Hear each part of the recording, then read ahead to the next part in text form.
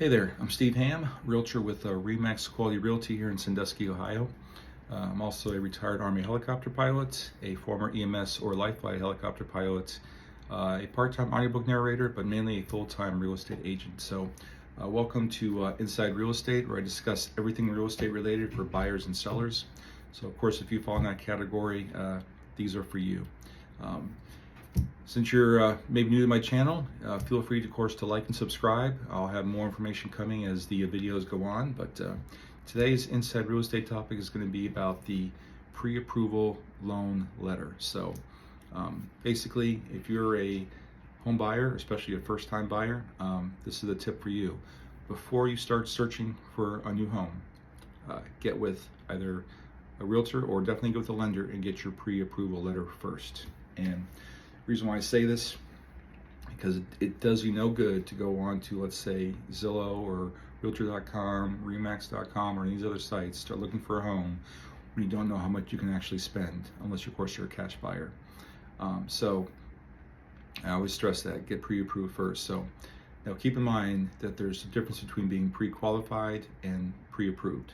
So pre-qualified, basically, you're talking to a lender over the phone, you're giving them information, can't be verified yet, and they say, based on everything you've given us, here's what you're pre-qualified for, or how much you're pre-qualified for. Now with the pre-approval, you've given them information, you're giving them your W-2s, your bank statements, and anything else that they've asked for, and they've done a credit check, a hard credit check, and based on that, they can say, okay, based on all the information, this is how much you're pre-approved for, this is how much you can spend. And that's what you're looking for. Now keep in mind too that some people are afraid of shopping around with lenders and having all these credit checks done and hurting their credit score. Keep this in mind. After the first credit check is done, you can have a number of credit checks after that within a 30-day period, and none of them are going to count against you after that, just that first one. And really doesn't count against you that much. It's maybe about 4 or 5 points, if I'm not mistaken. That's about it. So it's not that hard of a hit, but always shop around different lenders to get the best rate. Now, once you get that pre-approval letter, it tells you 3 things actually. It tells you, 1, how much you can spend. Second thing, it'll tell you what type of loan you're pre-approved for, whether it's conventional, FHA, USDA, whatever the case. And third, there's an expiration date. Normally they last about 90 days. Now don't fret if you can't find a home within that 90-day period. It can be extended out as necessary, but it gives you those 3 things. Once you get pre-approved, you get that letter, then you can start looking.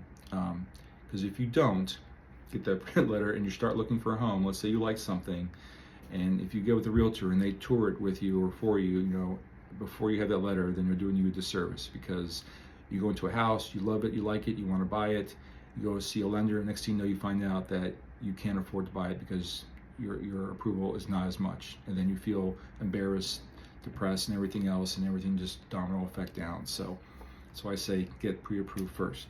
Realtor should not show your property unless you have that letter already, unless it's the cash offer, of course. So that's kind of how it works. So yeah, pre-approval is a big thing. So once you have that and you're getting with the realtor, keep in mind too, I'll get into this in another video, but when you go with the realtor, you're going to have to sign also a buyer's agreement with them. And this is stemming from the class action antitrust lawsuit that happened about a year and a half ago, and the pending settlement and the new laws and regulations as of August 17th of last year, 2024. So I'll get that into more videos. I won't keep you long with this, but get the pre-approval. That's what you need. And if the question is, should you buy now based on what the interest rates are? And the short answer is yes, you can definitely buy now. When I did a check not long ago with bankrate.com, it was between 6.5% to about 7%, depending on how your credit looks. Yes, that may sound high, but several years ago, prior to the 2 and 3%, rates were almost up to like 10 to 12 to 15%. So comparatively, that's a lot lower. The rates will not get down to the 2 and 3% anytime soon. So I know you like it too, but it's more like a pipe dream. So the 6 to 7% is here to stay for a while. I'm sure that once they drop down to probably about 5.5 or whatever, then people are going to be jumping off the fences and buying left and right. But if you're waiting for that to happen, you may be losing out on a really good property. Real estate's an investment, and it appreciates. You're going to make money off of it regardless. So just keep that in mind. But yes, it's a good time to buy. Go ahead and do it.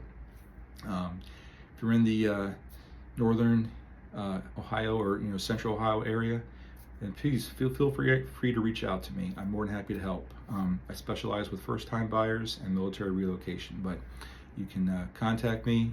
Email Stephen.Hamm with 2 M's or remax.net, and we can get you through the process. If you know someone in the Ohio area that's looking, you can definitely refer them to me. I'm easygoing. I am direct. I'm transparent. I like to communicate. I like to engage, and I'll keep you informed of what's going on. So that's kind of where I'm coming from.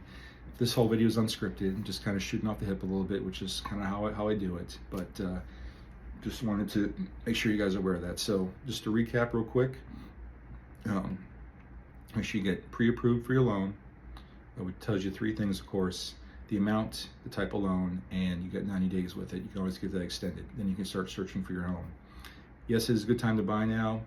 The rates seem like they suck. They actually don't. They're going to be this way for a while. So just have to bite the bullet and say, okay, fine. Now, if you're a current homeowner thinking about downsizing, you don't want to have to go to a smaller home and pay more. I get that. If you don't have to downsize, then don't do it. Stay where you're at. But if you really want to downsize, you move out what you have, then yes, you're going to lose that 2 and 3%. You're going to be paying double, but that's just kind of the way it's working right now. So we're still feeling the kind of effects of COVID from as far as with new building, new construction. It hasn't caught up yet. The other inventory is starting to catch up, especially in the northern Ohio area. Between the price points between 200,000 and 300,000, inventory is starting to come up. So just keep that in mind. But I'm here for you guys. So that's all I really got today for Inside Real Estate.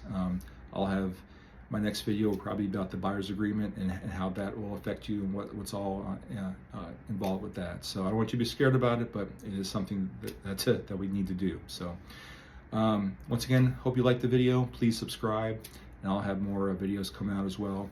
If you're looking for an agent in the northern Ohio area, feel free to look me up and check me out. I'm here for you.